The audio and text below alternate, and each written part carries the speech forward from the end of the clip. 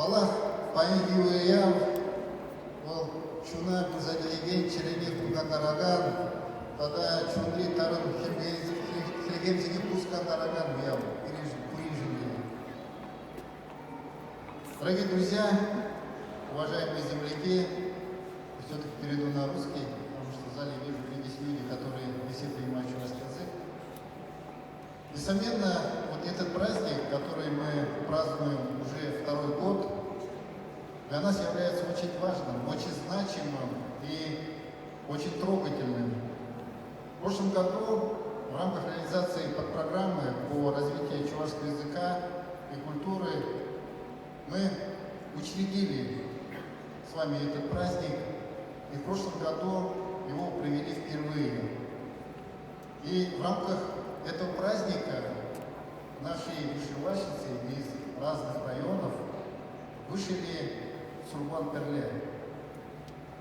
И это, конечно же, было очень символичным, потому что это демонстрировало и красоту, и разнообразие, а самое главное объединение, когда каждый маленький сурбан был объединен в один большой сурбан, Сурбан-Перле. Это, конечно же, получился такой очень интересное произведение искусства. На этот год договорились вышить карту. Мастерицы работали, можно сказать, весь год. Они сидят вот в ожидании, каждый из них волнуется, потому что, понятно, свою-то часть они сделали, а общее еще не видели. Общее произведение искусства. Скоро мы его увидим.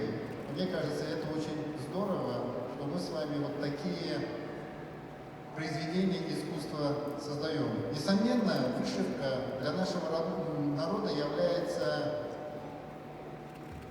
таким творчеством, который демонстрирует, что мы очень древний народ, с одной стороны. С другой стороны, именно вышивка является объединяющим разные народы, которые проживают на территории и Российской Федерации, и на территории других государств, потому что в традициях и в искусстве жизнедеятельности разных народов вышивка является одним из значимых рукодельных искусств. И за этот год, который прошел, после года с лишним, мы с вами достаточно серьезно продвинулись в плане систематизации нашей совместной деятельности по популяризации чувашской вышивки.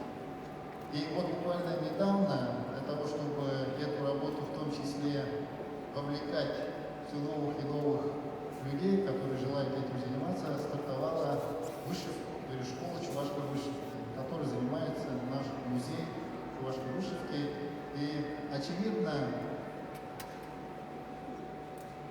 людей, желающих заниматься, оказалось намного больше, чем пока было организовано возможности. И наша задача, конечно же, удовлетворить всех желающих такой возможности